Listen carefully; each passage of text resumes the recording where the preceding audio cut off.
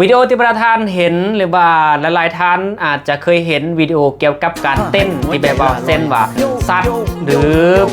แบบโฮภาพเนาะที่เราสามารถจะให้เต้นตามจังหวะเพลงที่แบบโอ้โหถูกต้องทุกอย่างเนาะตามจังหวะเพลงแล้วเขาเฮ็ดแนวใดนะข้าพเจ้าจะมาแนะนำให้ประธานว่าในวิดีโอประเภทนี้เขาเจ้าเฮ็ดแนวใดวิดีโอพวกนี้เนาะเขาเจ้าจะใช้คลิง AI ในการเฮ็ดเด้อเดี๋ยวสิพามาตรฐานมาเฮ็ดจากเล็กจากน้อยเนาะคลิง AI เนาะก็คือจะเป็นตัว motion control นั่นเองเนาะเอาข้าพเจ้าจะมายกตัวอย่างให้เบิ่งเนาะหลังจากที่เฮาดาวน์โหลดคลิงเฮาก็คลิกเข้าไปที่คลิงเนาะหลังจากนั้นเนาะเฮาจะต้องได้ลงทะเบียนหรือจะต้องได้ซื้อเนาะจึงสามารถจะเฮ็ดได้หลังจากนั้นเนาะเฮาเข้ามาในหน้าทำอิฐของคลิงมันก็จะประมาณนี้เนาะประมาณนี้ฉะนั้นให้ประธานเลื่อนมาบนนี้เนาะแต่ละเวอร์ชันอาจจะแตกต่างเนาะโดยเฉพาะเมนเวอร์ชันใหม่ล่าสุดอาจจะแตกต่างเล็กๆน้อยๆเนาะหลังจากนั้นประธานจะเห็นตัวนี้เนาะนี่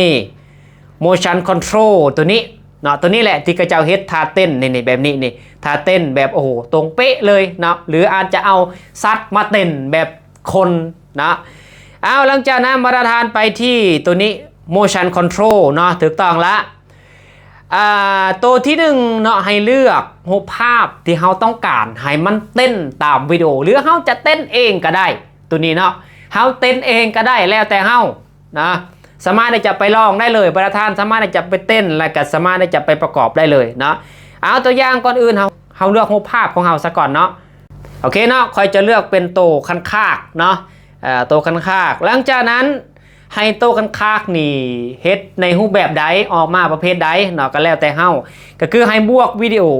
นี่หรือจะเอาอยู่ในนี้ก็ได้นี่ที่มีอยู่ในปัจจุบันเช่นว่านี้นี่เห็นบ่เฮาก็คลิกใส่วิดีโอนี่ได้เลยหลังจากนั้นนี่เอาค่อยจะสมมติว่าเนาะจะยกตัวอย่างสมมติว่าเฮาจะเลือกจากวิดีโอที่เฮามีเนาะ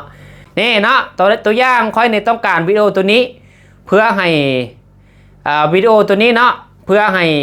ซัดตัวนี้เต้นตามวิดีโอตัวนี้นี่วิธีการมันคือประมาณนี้ซึ่ง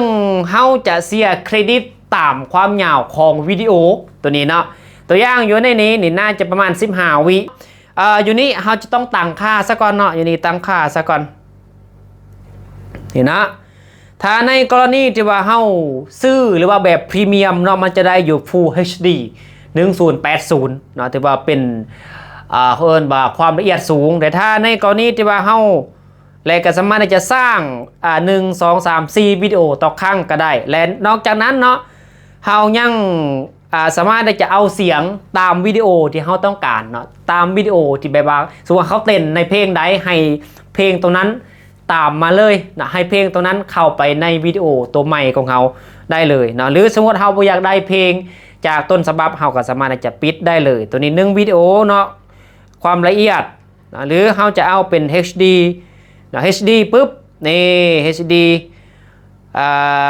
มันก็จะลดเครดิตให้เขาอีกเท่านึงนี่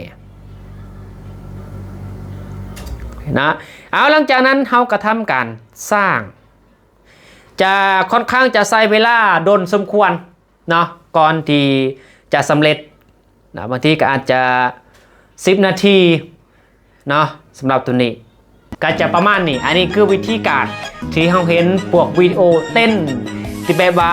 เช่นว่าถ้าเต้นไม่บ่จังสีเนาะตัวนี้แหละเช่นว่าโตซัดแบบเต้นตรงกับเพลงแบบเล่าๆแบบไทยๆจังสีแมนใส่ตัวนี้เนาะก็ลองไปประยุกต์ลองไปศึกษาความตื่นเนาะ